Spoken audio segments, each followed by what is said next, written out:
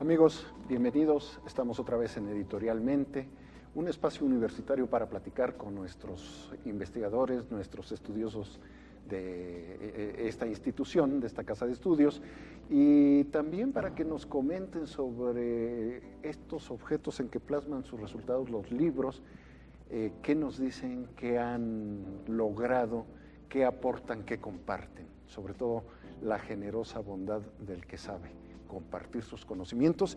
Y bueno, pues hoy tenemos una rica charla con el doctor Jorge Alberto Huerta Cruz por su libro Lectura y Literatura, la voz de la experiencia, la práctica de leer literatura desde la historia de vida de lectores consolidados. Así que pues le damos la bienvenida, doctor Huerta.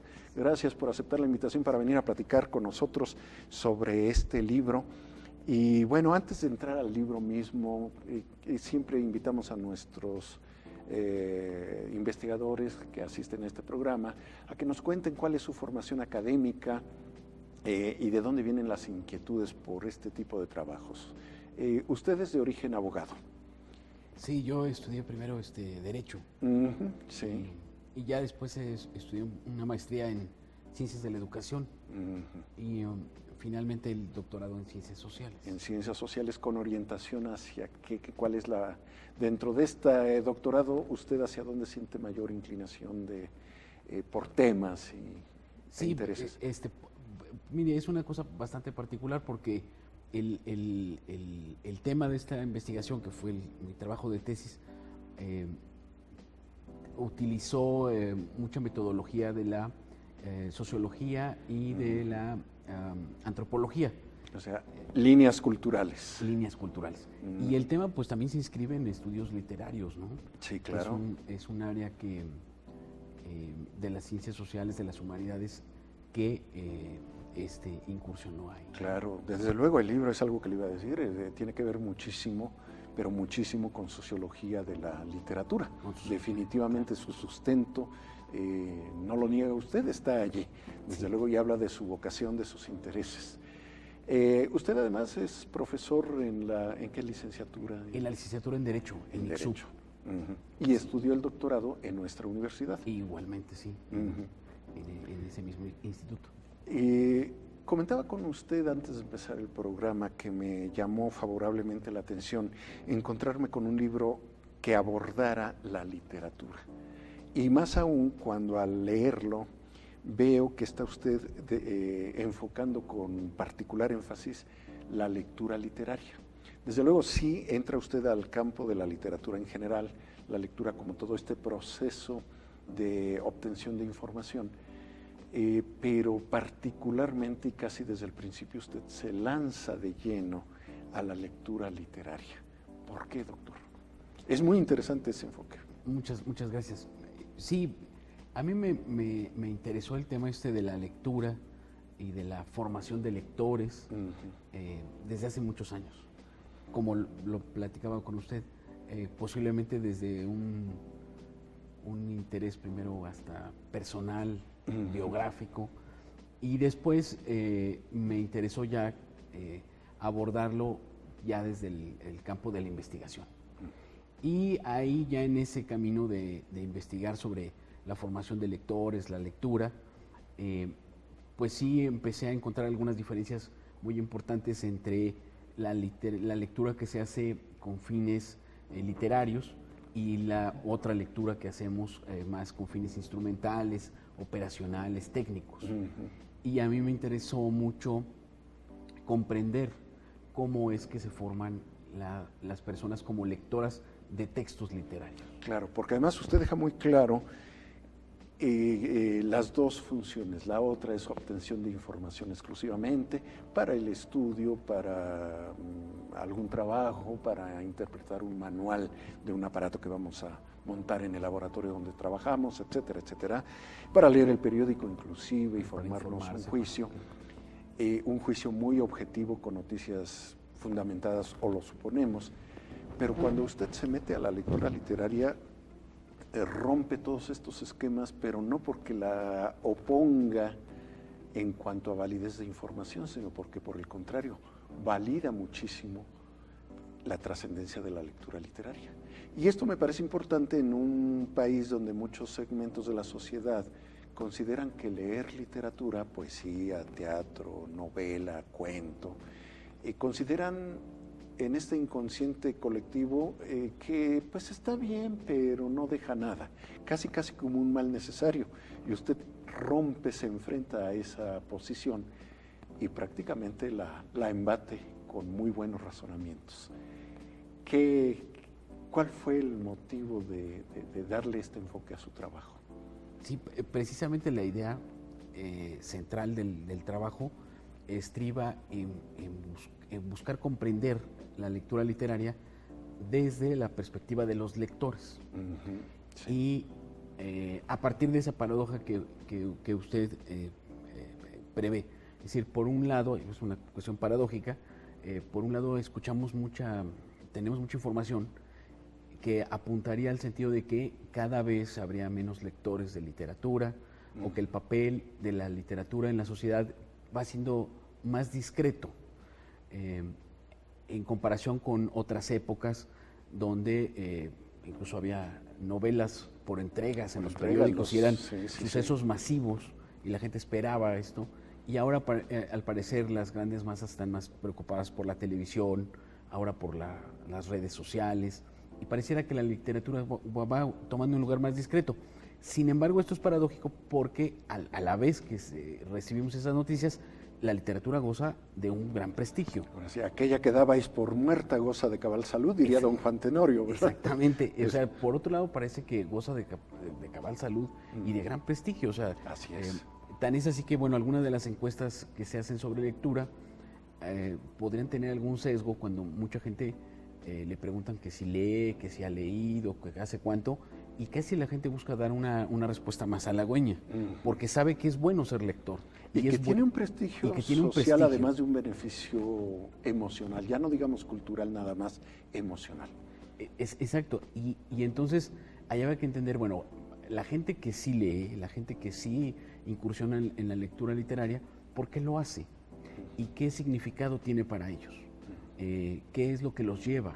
Entonces, acá lo que tratamos es de buscar casos de éxito, digamos, gente que es lectora rotunda, consolidada, que ha hecho de la lectura de textos literarios parte importante de su vida. Dice, ¿cómo llegaron a ese punto? ¿Qué los llevó ahí? ¿Y qué es lo que es? Y encontrábamos algo como lo que usted decía. Este tipo de personas aprenden a darle sentido a su vida a partir del texto literario, y entonces convierten a la práctica en una acción social muy particular para crear sentido, para ampliar el mundo de vida y recrear sus procesos subjetivos. Desde luego. Tiene importancia ahora en un mundo tan mecanizado, tan automatizado a veces, tan inducido incluso por el consumo generalizado y masivo. ¿Tiene importancia frente a lo objetivo y lo pragmático volver los ojos a lo subjetivo y a lo emocional? Sí, claro, ¿no? Me parece que ese es el gran papel que tiene reservada la literatura en épocas como estas, donde al leer literatura la gente tiene una oportunidad única, diría yo, de crear nuevos significados. Por un lado está la propuesta del texto. El autor hace una propuesta ahí de sentido, de significados, de códigos. El lector tiene que acceder a ellos, pero lo hace desde su propia experiencia de vida, desde su propia biografía, desde sus sentimientos, sus emociones, sus vivencias. Entonces, al cruzar la propuesta del texto con su propia vida, pues genera un sentido, genera nuevos significados que le permiten al lector entender el mundo y entenderse a sí mismo y potenciar lo que es él y lo que sabe y lo que siente a partir de los textos literarios. Desde luego, yo creo que esto que usted nos dice es sumamente importante. El individuo tiene también que reconocer cuáles son los patrones de su propia individualidad. no para que se aísle, sino para que sepa relacionarse mejor Claro. con el espacio social o los espacios sociales con los que se relaciona, la familia, la pareja, el trabajo, el país. Y en este sentido, bueno, usted decía algo interesante, que pareciera un lugar común, pero que se demuestra cada vez con mayor, de manera más fehaciente. El libro no vale si no se completa con una lectura o con muchas lecturas. Un mismo libro no se lee de igual manera por los diferentes lectores. Exacto. Un mismo libro no es el mismo libro para cada lector. Claro. Porque cada quien hace una lectura desde su propia vida y le va a dar un sentido desde su propia experiencia. Y eso es la gran aportación de la literatura. La literatura siempre va a ofrecer textos indeterminados. Sí. Textos, vamos a decir, que están dispuestos para que sean completados por el lector. Por cada uno de los diferentes lectores. Algo así como lo que ocurre con la música. Un autor pues dispone una obra, da una serie de indicaciones en el papel pautado, sin embargo la obra siempre va a ser diferente cuando la ejecuta uno u otro músico, Sí. porque al momento de ejecutarla va a imprimir algo de su propia subjetividad. Sí. Y entonces no da lo mismo escuchar una sonata de Bach con un chelista que con otro. Eso es cierto. Y entonces es lo mismo cuando una persona lee un poema, pues tiene un significado distinto para una persona que para otra, o una novela o un cuento, ¿no? Esto es interesante por lo siguiente. Entonces, si la lectura se vuelve un acto individual y se vuelve incluso al punto de que una segunda lectura, hay libros que nos llaman para una segunda lectura, y es algo diferente para mí mismo. Y eso mismo, porque uno mismo ha cambiado y ahora percibe el texto de otra manera. Así y es. le encuentra nuevos significados, le encuentra nuevos sentidos y hace que esa obra vuelva a renacer y vuelva a tener otra dimensión, ¿no? Y como dice, a la vez es un acto muy personal, muy individual.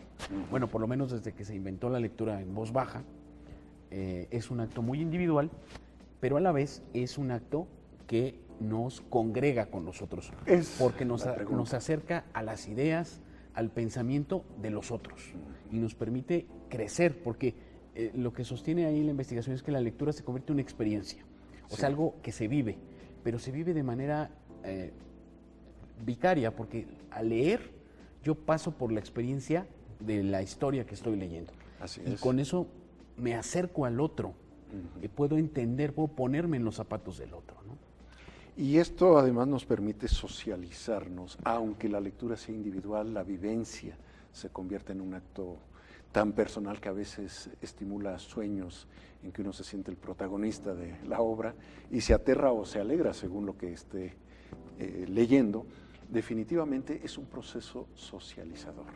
Esta es una contradicción, una paradoja interesante de la lectura. Vamos a seguir platicando sobre esto, sobre su propia experiencia, doctor, porque esto nos ayuda también a entender y disfrutar uno de los mayores placeres y de los placeres a veces más dolorosos pero más satisfactorios, que es la lectura literaria. Vamos a ir a un corte breve y regresamos enseguida para seguir platicando con el doctor Jorge Alberto Huerta Cruz sobre este interesante libro, esta interesante investigación. Regresamos enseguida.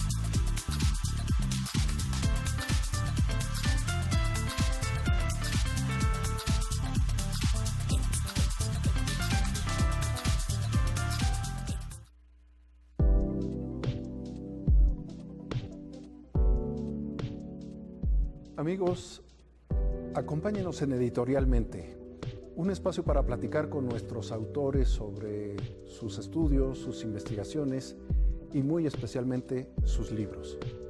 Síganos todos los jueves en Garza Ciencia TV, un espacio de los universitarios para compartir con usted.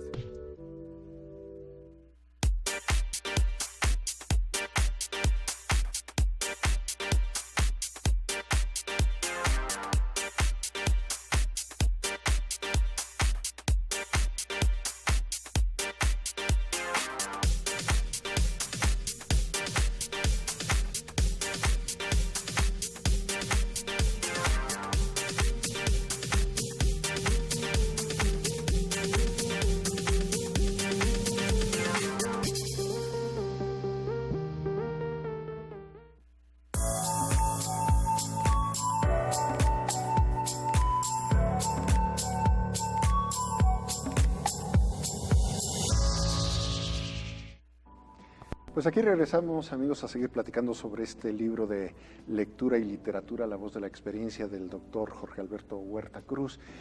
Y bueno, tiene un índice muy interesante, doctor. Nada más leeré los encabezados de cada capítulo, el recuento de la investigación, la parte metodológica, que desde luego sustenta y muy bien este estudio. La vida como un texto, el capítulo 2.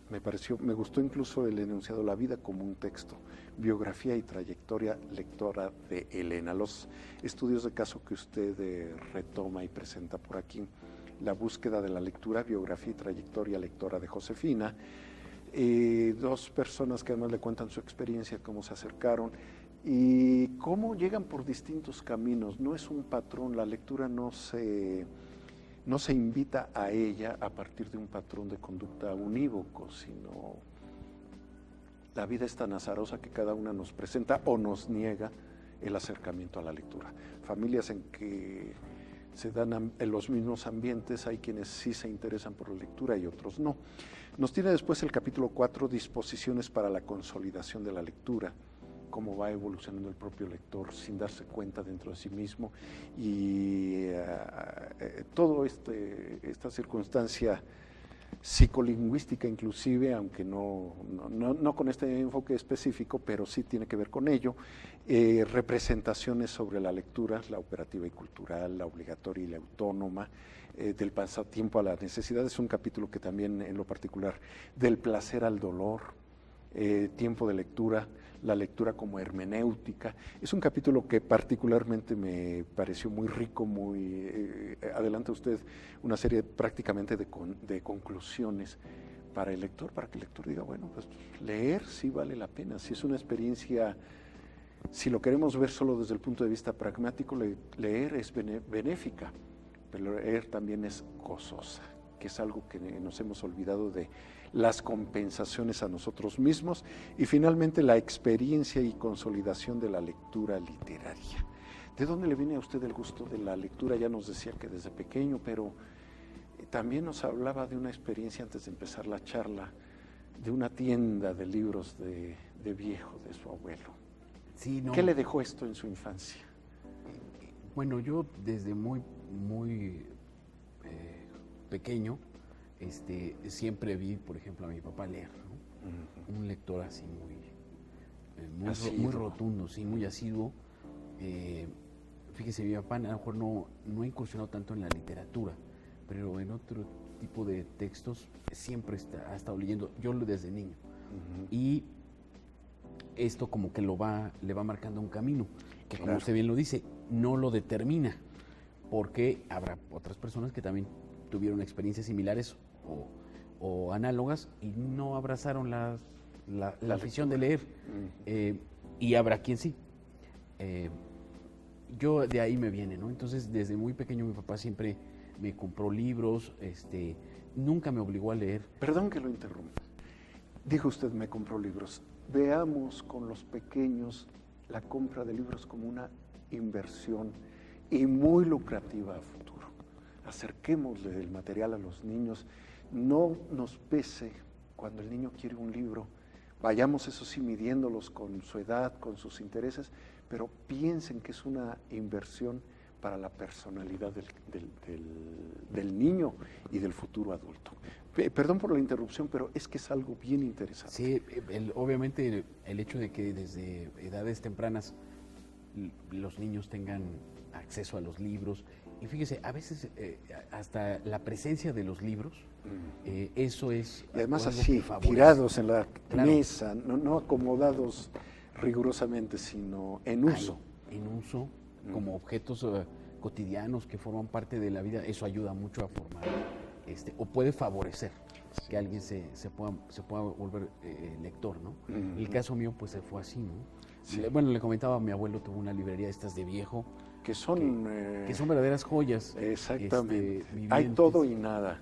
Hay todo y nada, hay verdaderas joyas, puede uno encontrar ahí, libros extraños, inéditos, muy particulares, hasta pues materiales pues muy ahí. Pero además esa es la maravilla de la lectura, siempre habrá un libro que le interese a alguien y que le haga clic, ¿no? Sí. Y una librería es eso, ¿no? Es un laberinto donde están ahí los libros esperando en busca de su lector. Efectivamente. Y otra cuestión interesante, doctor, y yo lo recordé mucho a partir de la lectura de su libro, cómo hay libros que uno retrasa su final, no quiere uno que se acaben. Cómo hay libros que a uno le duele y de alguna manera se vive un proceso de duelo cuando se acabó una novela que a uno lo atrapó especialmente.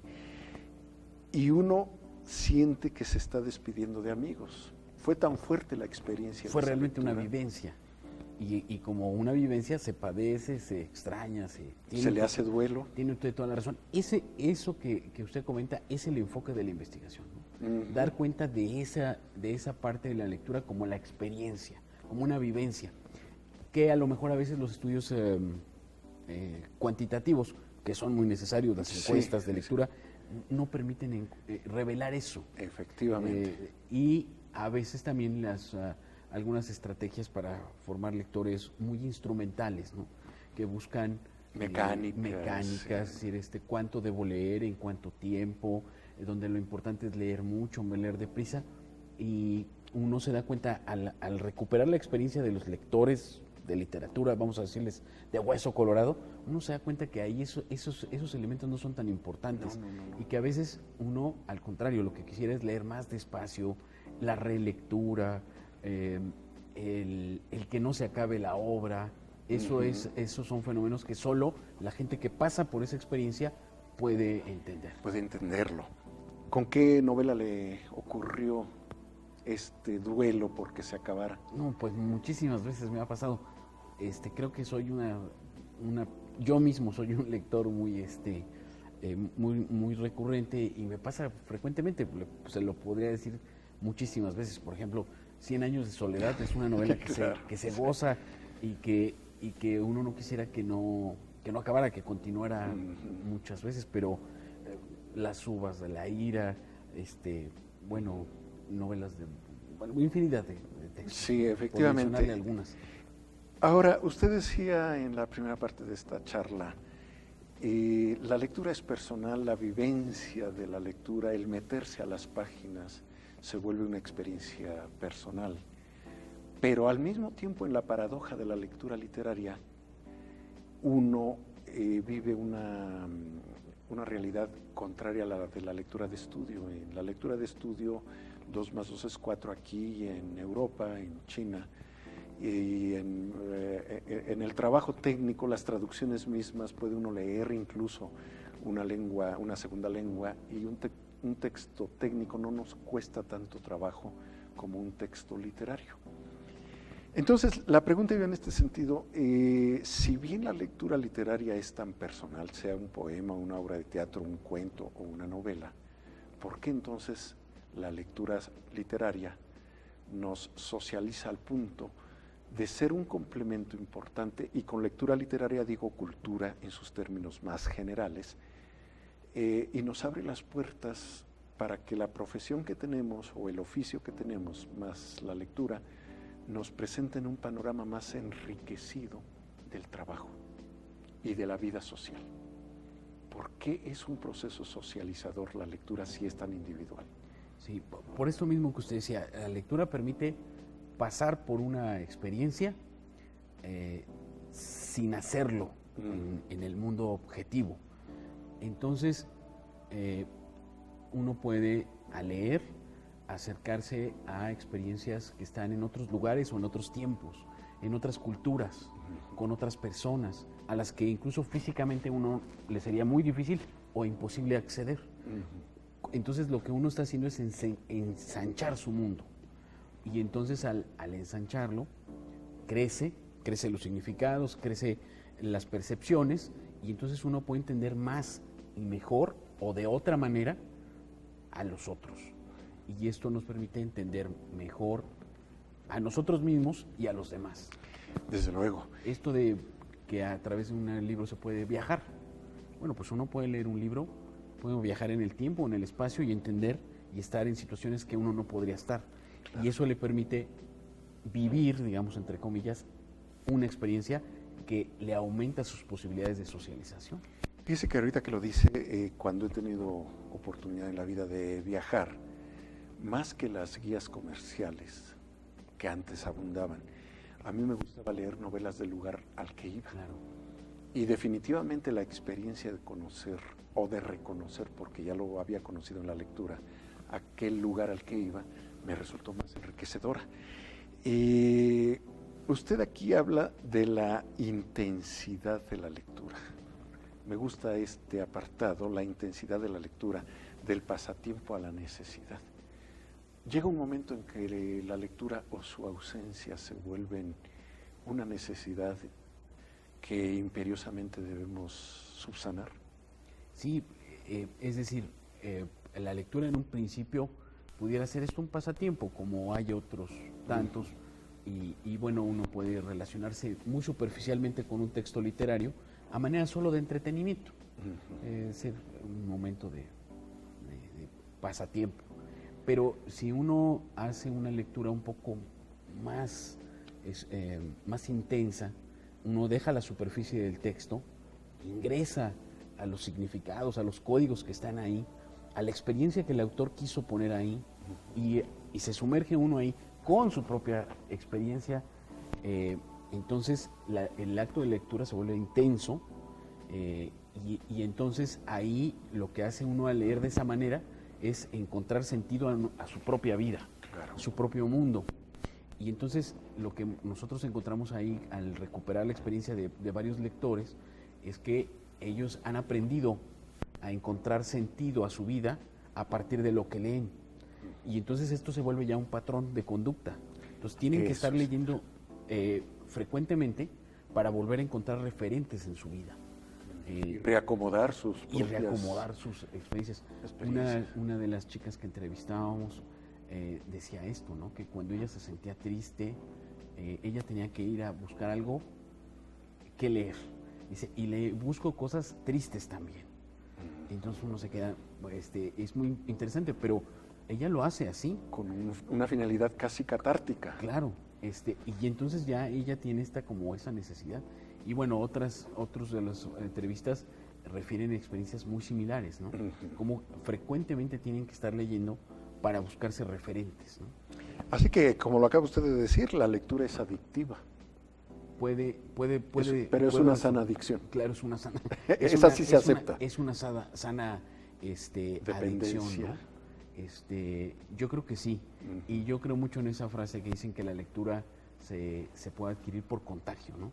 Sí, porque uno de ver a otras personas leer, se puede uno contraer la adicción. La adicción. Doctor, de verdad, mucho más que platicar sobre lectura, mucho más que platicar. Y pues yo espero que pronto nos comparta usted nuevos aportes sobre este tema que a usted le interesó, lectura y literatura. Algo que pareciera que podemos dejar de lado y no es cierto, es sustancial para el desarrollo cultural de una comunidad, de un pueblo, de una nación. Yo lo felicito, me atrapó la lectura, la compartimos ahora gracias a su participación y ojalá pronto tengamos un segundo volumen de esto, lo invitamos porque fue muy interesante. Le agradecemos. Este libro lo pueden ustedes adquirir en Carácter Librería, nuestro espacio universitario para distribuir el fondo editorial de la Universidad Autónoma del Estado de Hidalgo y de otros fondos. Es un espacio para promover precisamente la lectura, lectura de estudio, lectura literaria. Visítela usted en el pabellón universitario en Ciudad del Conocimiento de la universidad, en la salida Tulancingo, y en las librerías de nuestra universidad. Hágalo, le aseguro que no se va a arrepentir. ¿Quiere usted adentrarse en la lectura? Puede aquí tener una buena guía. ¿Quiere hacerlo con sus hijos? También tendrá una buena guía.